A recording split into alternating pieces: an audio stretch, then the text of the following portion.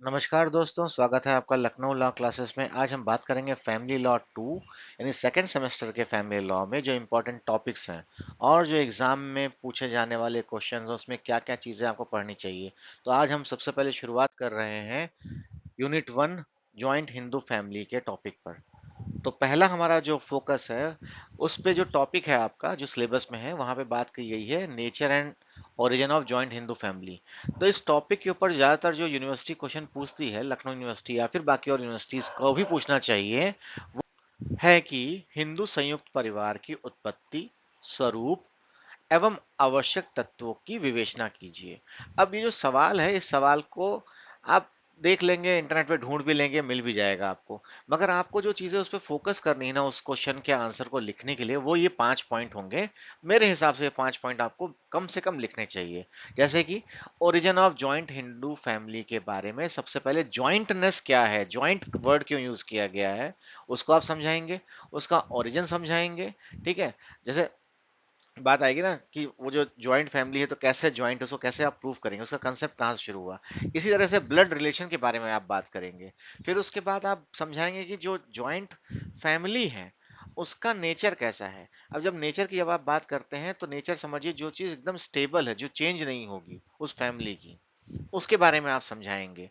ठीक है, उस नेचर को आप समझाएंगे कि कैसे शादी होने के बाद परिवार बढ़ा हुआ है, वहां के लोग आके जुड़ गए हुए हैं या है ना, तो वो फैमिली कैसे विस्तार हो रही है, कोई कहीं बाहर जाकर रहने लग गया तो वो जॉइंट फैमिली का हिस्सा है कि नहीं है, ये सब चीजें। इसके बाद चौथा पॉइंट है प्रिजम्पशन ऑफ जॉइंट फैमिली। इसमें आप उन केसेस को फोकस करेंगे जहां पर जॉइंट फैमिली में विवाद हुए, फिर जॉइंट फैमिली कैसे उन विवादों से निपटी। ठीक है, इसमें हो सकता है कर्ता की पोजीशन भी आपको दिखानी पड़ जाए जॉइंट फैमिली में, और इससे रिलेटेड केस लॉ। अगर आप ये 5 चीजों को कवर करते हैं तो आपको ये पक्का हो जाएगा, कॉन्फिडेंट आप रहेंगे कि आपने जो क्वेश्चन का आंसर दिया है उसमें आपने इन सारी चीजों को कवर कर दिया है। क्या क्या कवर किया है आपने? परिवार की उत्पत्ति कवर की है, उसका स्वरूप और आवश्यक तत्वों के बारे में आपने समझाया है।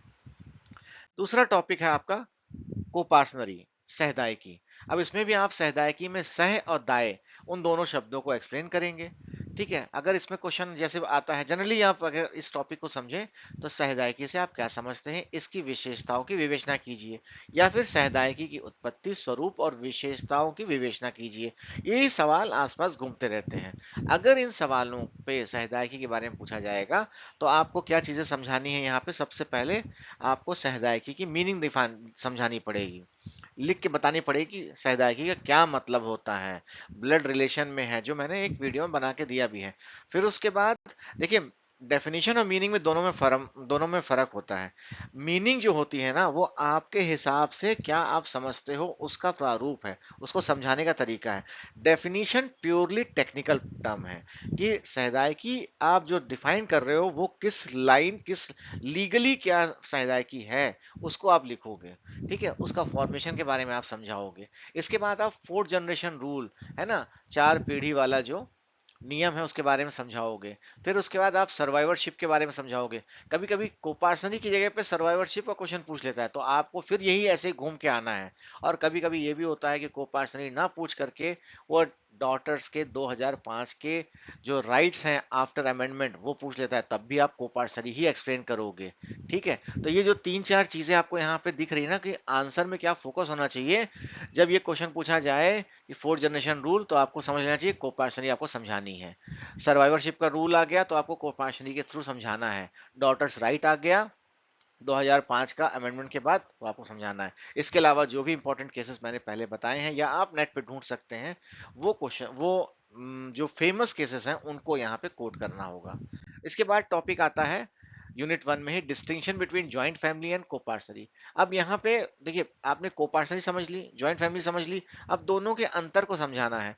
यहाँ पे जो आपका यहाँ पे जो आपका आंसर लिखने का तरीका होगा वो इस तरह होगा। पहले आप जॉइंट फैमिली को समझाएंगे एक तरफ, को पार्सनरी को समझाएंगे, सैदाइकी को समझाने के बाद फिर आप आएंगे उसके स्कोप पे, उसके मेंबर्स कौन होंगे, जॉइंट फैमिली में कितने मेंबर्स हैं, कितने ज्यादा जॉइंट फैमिली में मेंबर हैं, को पार्सनरी में कम मेंबर हैं, उनके प्रॉपर्टी राइट्स के बारे में समझाएंगे, दोनों में फीमेल की पोजीशन को आप समझाएंगे।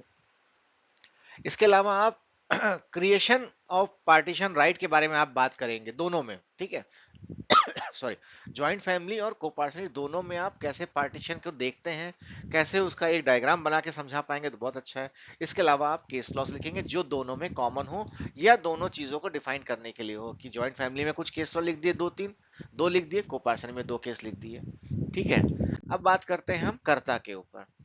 तो ये भी एक टॉपिक है आपका यूनिट वन में ही, कर्ता। तो कर्ता में ज्यादातर क्वेश्चन ये आता है कि कर्ता की शक्तियां, उसके कर्तव्य क्या हैं। इसके अलावा मैंने अलग से जोड़ा है कि उसका आलोचनात्मक परीक्षण के लिए। ठीक है। तो क्रिटिसिज्म की बात करी गई है। क्रिटिसिज्म रेयरली पूछा जाता है, मैंने जनरली डाल दिया कि अगर छूटता है तो लोग उसको समझ लें, पढ़ लें। आप लोग समझ लें, पढ़ लें। तो कर्ता में सबसे पहले आप कर्ता को डिफाइन करेंगे, हु इज कर्ता। ठीक है। जो फैमिली का सबसे बड़ा मेंबर है, हेड है, वो आपका कर्ता है, मगर वो कर्ता क्यों है। फिर उसके बाद उसकी पोजीशन क्या है उस कर्ता की। उसके बाद उसकी पावर्स क्या है, उसका मैनेजमेंट क्या है, उसकी लीगल नेसेसिटी क्या है, अकाउंटेबिलिटी, और उसके साथ आप केस लॉस को एक्सप्लेन करेंगे। तो ये हो गया आपका कर्ता के बारे में। तो जब भी अब क्वेश्चन आपके बारे में आता है, पोजीशन ऑफ कर्ता, लीगल नेसेसिटी ऑफ कर्ता, अकाउंटेबिलिटी ऑफ कर्ता, या मैनेजमेंट ऑफ कर्ता, या एलिमिनेशन ऑफ पावर ऑफ कर्ता, तो ये सारी चीजें आपकी उस कर्ता के बारे में घूमती रहेंगी। मगर इसमें जो मैंने आलोचनात्मक परीक्षण की बात करी गई है, वो आज के कंटेक्स्ट में है कि आज जो कर्ता की पोजीशन है, उसमें क्या फीमेल कर्ता हो सकती है। उस पे एक केस है, फेमस केस है, बहुत जल्दी ही आया हुआ केस है, वो आप एक्सप्लेन करिएगा या ढूंढ लीजिएगा नेट पे। ठीक। इसके अलावा आपको ये ध्यान रखना है कि कर्ता की वजह से सोसाइटी का जो चेंज हुआ है, चेंजेस जो आए हैं, सोशल चेंजेस, इकोनॉमिकल चेंजेस, वो कैसे देखे गए हैं, लॉज जो आए हैं, है ना, वो कैसे देखे जा रहे हैं। तो कर्ता की जो जो पहले की पोजीशन थी, पैट्रियार्कल सोसाइटी थी, उसको किस तरह से आज के नियमों से, जैसे नेचर चेंज हुआ, सोसाइटी चेंज हुई, तो कैसे बदलाव हुए, उसके बारे में आप आलोचनात्मक परीक्षण करके यहाँ पे लिख सकते हैं। ठीक। ये आपके हो गए कर्ता के रिलेटेड क्वेश्चन। अब लास्ट और कभी कभी पूछा जाने वाला क्वेश्चन होता है जॉइंट फैमिली प्रॉपर्टी और सेपरेट प्रॉपर्टी के बारे में। यानी इस टॉपिक को जब आप पढ़ेंगे तो इसमें जो क्वेश्चन आपका ध्यान में रखने वाला है, वो संयुक्त परिवार की संपत्ति तथा पृथक संपत्ति में अंतर स्पष्ट कीजिए। अब इसमें हमेशा क्वेश्चन आपको जब देगा, तो आपका जो आंसर होगा, कि अक्सर ये क्वेश्चन लोग छोड़ देते हैं अगर आ जाता है, क्योंकि पहले के तीन चार चीज पढ़ लेते हैं, कर्ता तक पढ़ लिया, फिर फैमिली प्रॉपर्टी क्या है, सेपरेट प्रॉपर्टी क्या है, उसके बारे में उनके पास पॉइंट ही नहीं होते, अक्सर ये होता है। तो आप इस चीज पे ध्यान रखिएगा, अगर ये आ जाता है तो आपको फिर पूरा पूरा जो पिछला आपने कोपार्सनरी और उन सब की जो चीजें हैं, वही सब जोड़ के आप लिख देते हो जाने अनजाने में, कि मैं कोपार्सनरी का कुछ पार्ट दिखा देता हूँ, कुछ सेपरेट प्रॉपर्टी का दिखा देता हूँ, कुछ ज्वाइंट फैमिली की प्रॉपर्टी का दिखाता हूँ, तो वो आंसर ना अच्छा नहीं बनता है। तो आपको अपने आंसर को एकदम टेक्निकल पॉइंट से रखना है। सॉरी। कि एंसेस्ट्रल प्रॉपर्टी क्या है, सेल्फ एक्वायर्ड प्रॉपर्टी क्या है, और सम्मिश्रण क्या है, ब्लेंडिंग क्या है, फिर बर्डन ऑफ प्रूफ क्या है, और उसके अलावा केस लॉ। अगर आप इस तरह से इस क्वेश्चन को ड्राइव करोगे ना, तो आपके आंसर दूसरों के आंसर से अलग होंगे। और साथ में जो आप पॉइंट जानते हो जॉइंट फैमिली और जॉइंट फैमिली प्रॉपर्टी के, और कोपार्सनरी से मिले हुए राइट्स को, प्लस वुमेन्स राइट्स को, तो वो चीजें जब आप ऐड कर दोगे तो आपका आंसर और अच्छा हो जाएगा।